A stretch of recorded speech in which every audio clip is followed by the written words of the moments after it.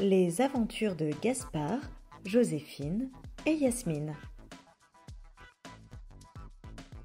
Troisième épisode, le mystère enfin résolu. Aussitôt validé, aussitôt arrivé. Waouh! S'exclamèrent les trois copains en arrivant devant la maison de l'intrigante Louane. Gaspard, Joséphine et Yasmine n'avaient pas les yeux assez grands pour admirer cette demeure aux allures de conte de fées. Des plantes grimpantes couraient sur les murs de la maison, des carillons étaient suspendus un peu partout dans les arbres et teintés au gré du souffle du vent. Des oiseaux picoraient à n'en plus pouvoir les boules de graisse déposées dans des nichoirs colorés, accrochés aux branches des arbres. De magnifiques sculptures bordaient de chaque côté le chemin qui menait jusqu'à la maison. Bébert n'avait même pas eu le temps d'appuyer sur le bouton de la sonnette que la porte d'entrée s'ouvrit. « Hello !» chantonna Louane. Elle était rayonnante, avec un large sourire, des yeux bleus à s'en noyer et un jogging à paillettes exactement de la même couleur que sa crinière éclatante, rose. Elle était vraiment époustouflante. « Entrez, mes petits amis. Ça vous dit une petite cup of tea ?» Gaspard, Joséphine, Yasmine et Bébert la suivirent au pas de course. Ils pénétrèrent dans la maison, baignés de lumière et remplis de pots de fleurs et de plantes originales. L'endroit sentait la cire qui venait tout juste d'être passée. « Alors, c'est quoi cette urgence ?» dit-elle, tout en versant le thé brûlant dans de jolies tasses en porcelaine.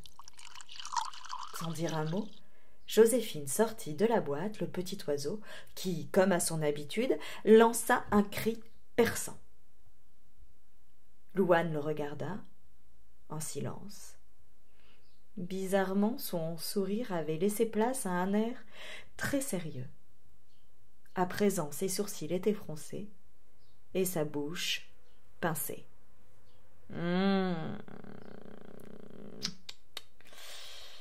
Marmonna-t-elle. Elle ferma la boîte, puis saisit une clochette dorée qui trônait sur le bureau situé à côté d'elle et la fit résonner. Mais qu'est-ce qu'il y a encore? Ce n'est pas possible d'être dérangé en pleine sieste comme ça. Ils n'en croyaient ni leurs oreilles ni leurs yeux. Apparut alors devant eux un tout petit être aux cheveux ébouriffés. Tout petit, absolument minuscule, puisqu'il sauta dans la paume de la main de Louane qui se mit à rire aux éclats.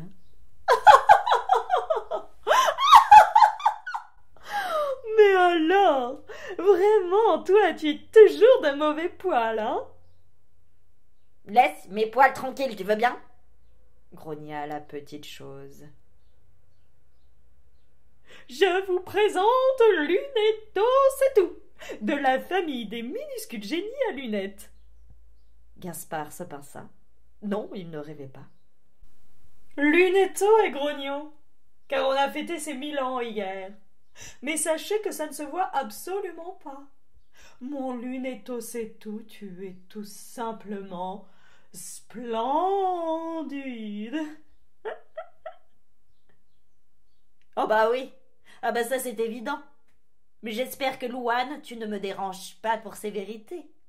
Ah, au fait, enchanté, hein, dit-il en se tournant vers les hôtes de Louane.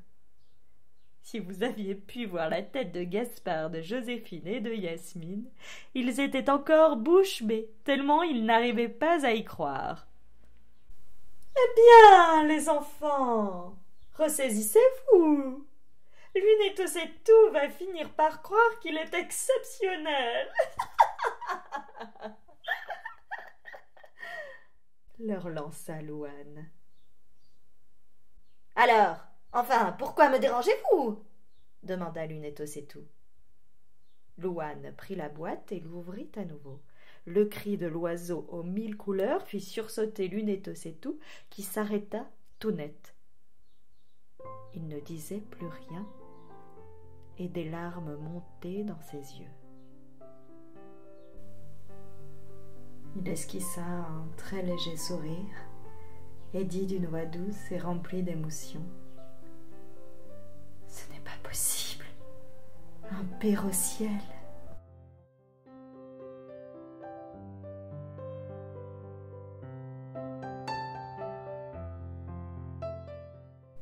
C'était l'épisode 3 de Gaspard, Joséphine et Yasmine, à retrouver dans le Ricochet numéro 143.